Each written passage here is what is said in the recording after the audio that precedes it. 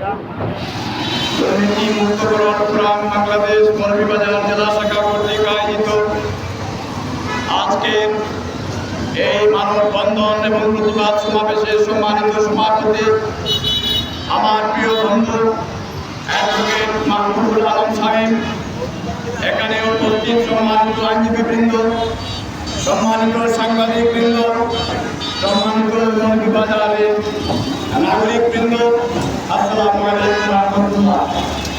বন্ধুগণ, আপনারা জানেন গত 6 তারিখে আমাদের মৌলভীবাজার জেলা আইনজীবী সমিতির সম্মানিত সদস্য তরুণ আইনজীবী সুজন মিয়াকে সন্ত্রাসীরা নির্মমভাবে হত্যা করেছে।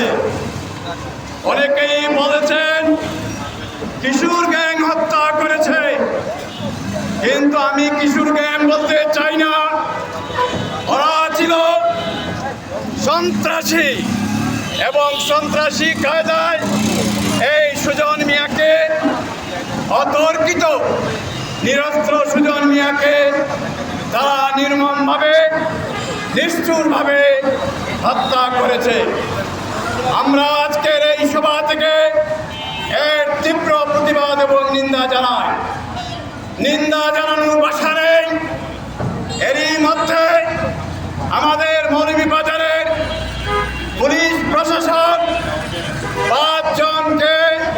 5জন আসামিকে তারা ধরতে সক্ষম হয়েছে, গ্রেপ্তার করতে সক্ষম হয়েছে।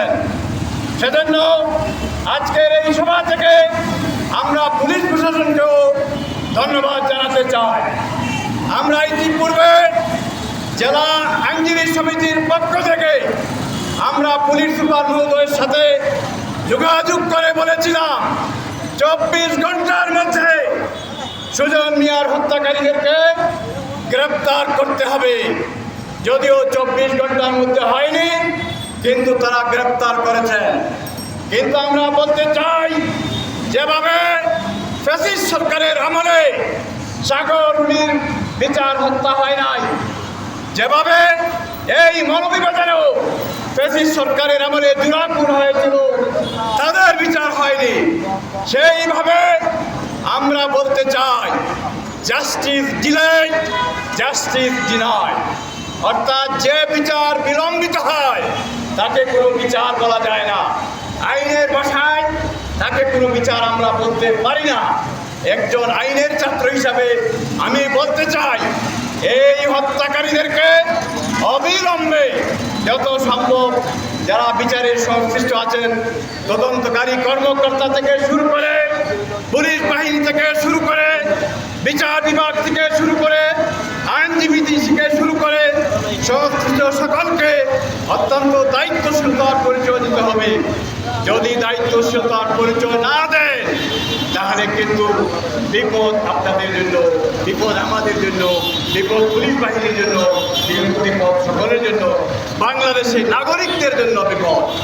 আমরা এজন্যই আমাদের ছাত্র সমাজ এই জুলাই আগস্ট বিপ্লবের মাধ্যমে এই বাংলাদেশকে একটা নতুন স্বাধীনতা উপহার দিয়েছে।